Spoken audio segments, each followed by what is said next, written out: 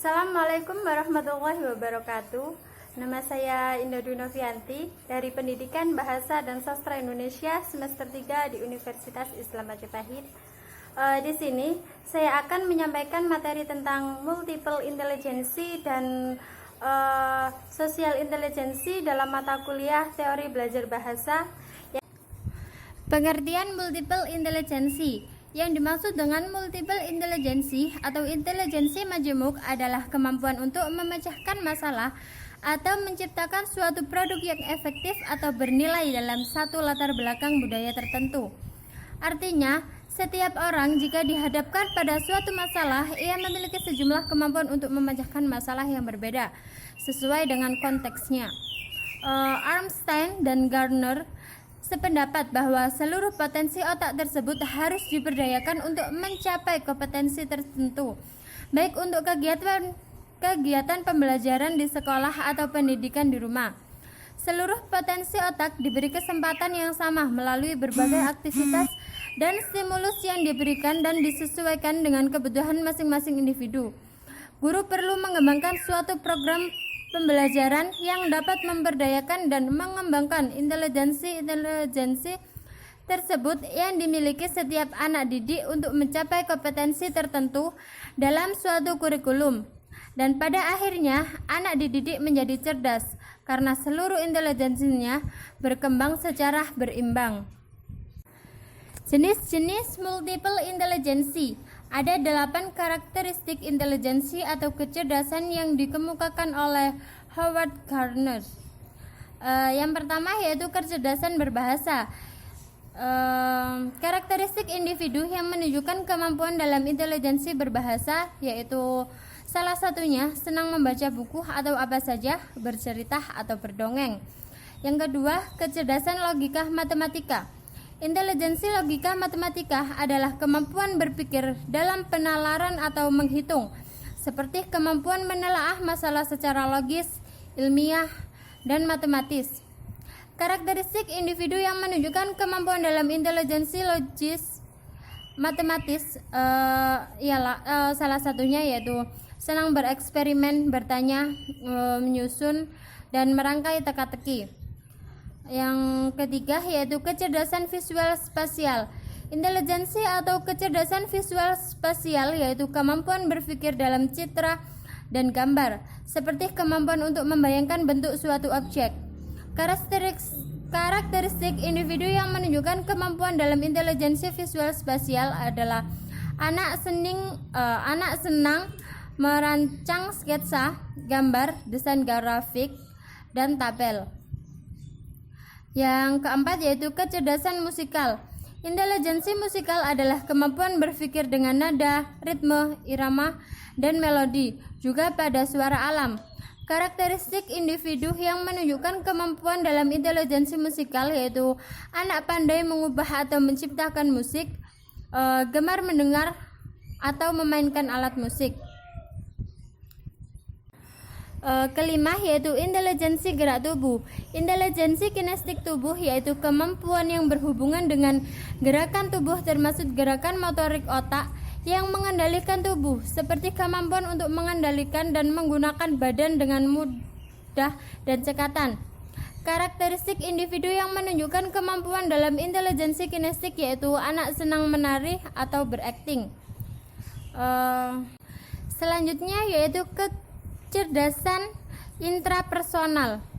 Intelijensi intrapersonal adalah kemampuan berpikir untuk memahami diri sendiri, melakukan refleksi diri, dan bermetakognisi. Karakteristik anak yang seperti itu yaitu anak mampu menilai diri sendiri atau introspeksi diri. Yang kedua yaitu mudah mengelola atau menguasai perasaan. Yang selanjutnya kecerdasan interpersonal. Intelijensi interpersonal adalah kemampuan berkomunikasi dan berinteraksi dengan orang lain.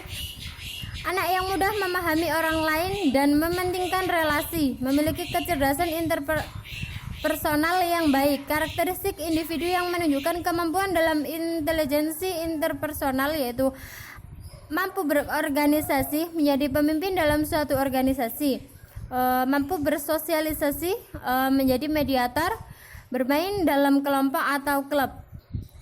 Selanjutnya yaitu kecerdasan naturalis. Kecerdasan naturalis adalah kemampuan untuk memahami gejala alam. Anak dengan kecerdasan ini mampu mengenali dan mengelompokkan sejumlah binatang atau tanaman. Ini biasanya banyak berada di luar ruangan. Suka mengumpulkan batu-batuan dan menangkap serangga.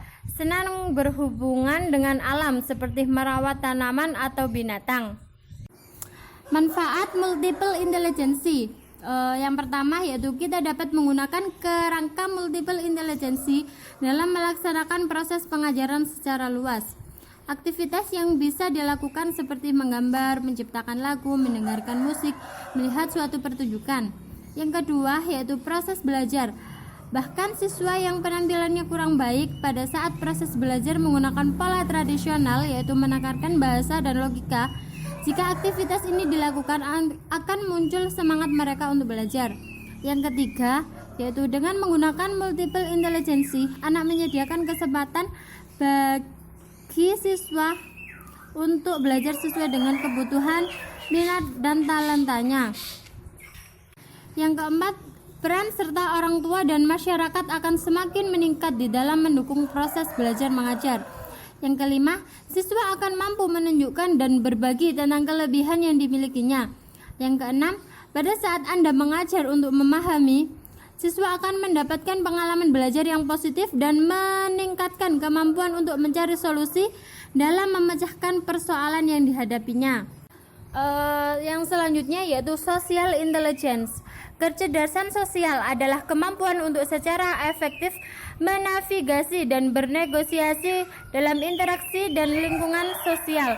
Menurut ilmuwan data Ross Hannawil, kecerdasan sosial adalah gabungan dari kecerdasan diri dan kesadaran sosial. Maksudnya kesadaran diri dan kesadaran sosial, evolusi keyakinan sosial dan sikap, serta kapasitas dan kemampuan mengelola perubahan sosial yang kompleks. Selanjutnya yaitu meningkatkan kecerdasan sosial. Ada 9 cara untuk menurut Dr. Goleman dapat meningkatkan kecerdasan sosial. Yang pertama yaitu protokonversi. Yang kedua, pemicu sosial Anda. Cara mengidentifikasi pada poin pemicu sosial Anda yaitu jenis interaksi sosial apa yang Anda takuti, dengan siapa Anda merasa cemas saat bergaul, dan kapan Anda merasa tidak bisa menjadi diri sendiri. Yang ketiga yaitu basis aman Anda. Goleman menyarankan basis yang aman. Ini adalah tempat, ritual atau aktivitas yang membantu kita memproses emosi dan kejadian. Basis yang aman berguna karena 2 alasan utama. Pertama, ini memberi kita tempat untuk mengisi ulang energi sebelum interaksi, sehingga kita tidak bosan. Kedua, ini membantu kita memproses dan belajar dari setiap pertemuan sosial. Yang keempat, obligasi rusak. Salah satu perangkap terbesar dalam kecerdasan sosial adalah kurangnya empati. Goleman menyebut obligasi rusak ini. Filsuf Martin Buber menciptakan ide koneksi aku dan itu yang terjadi ketika seseorang memperlakukan orang lain seperti sebuah objek, bukan manusia. Yang kelima, menular secara positif. Saat seseorang tersenyum pada kita, sulit untuk tidak membalas tersenyum. Hal yang sama berlaku untuk ekspresi wajah lainnya. Ini adalah neuron cermin kita yang sadar beraksi. Bagaimana dari respon? Bergaul dengan orang-orang yang suasana hatinya ingin Anda tangkap. Jika suasana hati sedang berubah, condongkan ke arah yang akan menginfeksi Anda dengan orang-orang baik. Yang keenam yaitu mengadopsi untuk beradaptasi. Otak kita meniru orang-orang di sekitar kita sehingga kita merasa seperti yang mereka rasakan. Hal ini pada gilirannya membantu kami memahami mereka, dari mana mereka berasal, dan bahkan lebih baik dalam memprediksi reaksi mereka. Yang ketujuh, mewaspadai triad kegelapan. Goleman mengidentifikasi 3 serangkai gelap manusia sebagai kepribadian narsistik, kepribadian Machiavellian, dan psikopat atau kepribadian antisosial. Kedelapan, buta pikiran. Buta pikiran adalah ketidakmampuan untuk merasakan apa yang terjadi di pikiran orang lain. Yang kesembilan, resep orang. Maksud dari resep orang ialah keberadaan orang di sekitar kita memiliki peran penting dalam kepribadian kita. Sekian yang dapat saya sampaikan. Mohon maaf jika ada kesalahan dalam menyampaikan materi. Semoga bermanfaat dan wassalamualaikum warahmatullahi wabarakatuh.